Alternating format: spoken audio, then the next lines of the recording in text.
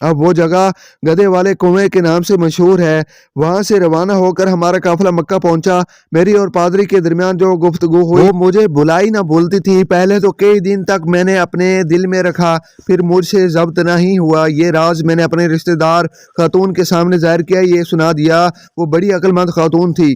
اس نے مجھ سے کہا کہ اے ابن خطاب، میں تمہارے بچپن سے ہی تم میں اچھی طرح نشانی دیکھ رہی ہوں۔ جب تم بہت چھوٹے بچے تھے تو میں نے ایک دفعہ خواب میں دیکھا کہ تم لمبے ہوتے جا رہے ہو اور تمہارا قد اتنا لمبا ہو گیا ہے کہ اس نے آسمان کو چھو لیا ہے۔ یہ دیکھ کر میں نے خواب میں کہا کہ ارے یہ میری بچی کی کیا حالت ہو گئی ہے۔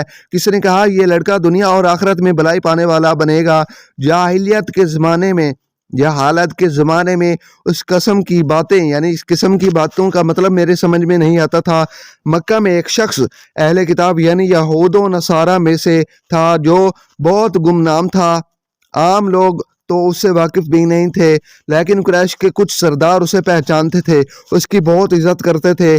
ایک دن دوپہر کے وقت اس کے یہاں آ گیا اور اسے جا کر کہا میں آپ سے سنانا چاہتا ہوں، اور جب چاہتا ہوں آپ ان کے دل میں اپنے راز بنا رکھیں، پھر کسی کے سامنے ظاہر نہ کریں۔ اسے ایسا کرنے کا وعدہ کیا تو میں نے اپنے سفر کے تمام واقعات بیان کر دیے۔ اس کے بعد اپنی رشتہ دار خاتون کا خواب بھی ذکر کیا۔ جب میں اپنی گفتگو ختم کر چکا تو اس نے کہا اے ابن خطاب، جس کو تم نے محصول کی معافی کا وعدہ لے کر دیا ہے وہ زمانے میں عیسائیوں کا سب سے بڑا عالم ہے۔ جو کچھ اس نے کہا وہ سچ ہے، جلد ہی وہ سچ تمہارے سامنے آ جائے گا۔ جہاں تک تمہاری رشتہ دار خاتون کے خواب کا تعلق ہے، اس سے بھی ظاہر ہوتا ہے کہ مکہ میں ایک بڑا انقلاب آئے گا، ایک نئی صورت اختیار کرے گا اور آنے والے زمانے کے آسمان اور زمین بدل جائیں گے۔ میں وہاں سے اس کی ساری باتیں اپنے دل میں لیے رہا۔ تھوڑے ہی عرصے کے بعد قریش کی مجلسوں میں آپ صلی اللہ علیہ وسلم کا ذکر ہونے لگا۔ یہ لوگ اس بات سے چڑھتے تھے کہ محمد صلی اللہ علیہ وسلم اپنے آپ کو رسول کہتے ہیں، لوگوں کو بتوں کی پوجا کرنے سے منع کرتے ہیں، ایک اللہ کو ماننے پر زور دیتے ہیں۔ اللہ نے اسلام کو ظاہر کر دیا اور مجھے یقین ہو گیا کہ حالات وہی اختیار کریں گے۔ پھر حالات وہی صورت اختیار کر رہے ہیں جس کی طرف آسمانی کتابوں کا عالم شام کے پادری نے اشارہ کیا تھا۔ نبوت کے 6 سال حضرت عمر نے اسلام قبول کر لیا اور رسول اللہ صلی اللہ علیہ وسلم کے ساتھی بن گئے۔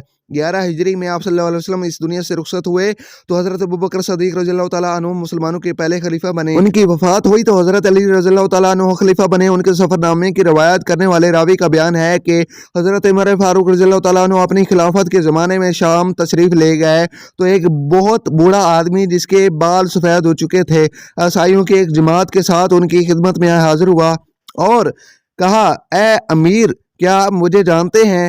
حضرت عمر رضی اللہ تعالیٰ عنہ نے فرمایا آپ شام کے فلاں شہر کے پادری ہیں تو میں آپ کو پہچانتا ہوں۔ اس نے کہا جی ہاں، میں وہی پادری ہوں۔ حضرت عمر فاروق رضی اللہ تعالیٰ عنہ نے فرمایا میں نے آپ سے لکھ کر جو وعدہ کیا تھا وہ آج بھی قائم ہے۔ اللہ تعالیٰ نے اپنے رسول صلی اللہ علیہ وسلم کے ذریعے ہمیں عزت بخشی، انہوں نے ہمیں اللہ تعالیٰ کی طرف دعوت دی اور ہم نے یہ قبول کی۔ آپ ہی نے مجھے ان باتوں سے آگاہ کیا تھا، اب آپ کو کون سی چیز اسلام قبول کرنے سے روکتی ہے؟ برے پادری نے حضرت عمر رضی اللہ تعالیٰ عنہ کی باتیں سن کر اسی وقت اپنے ساتھیوں سمیت کلمہ پڑھ کر اسلام کی دولت حاصل کر لی۔ حضرت عمر رضی اللہ تعالیٰ عنہ کو جادوگروں سے بہت نفرت تھی۔ انہیں جہاں کہیں بھی پتہ چلتا کہ وہاں کوئی جادوگر ہے تو حضرت عمر فاروق رضی اللہ تعالیٰ عنہ انہیں قتل کرنے کا حکم دیتے تھے۔ حضرت عمر رضی اللہ تعالیٰ عنہ کے دور میں ایک شخص تھا جو لوگوں کو بتا دیا کرتا تھا کہ تمہارے ہاتھ میں کتنی کنکریاں ہیں۔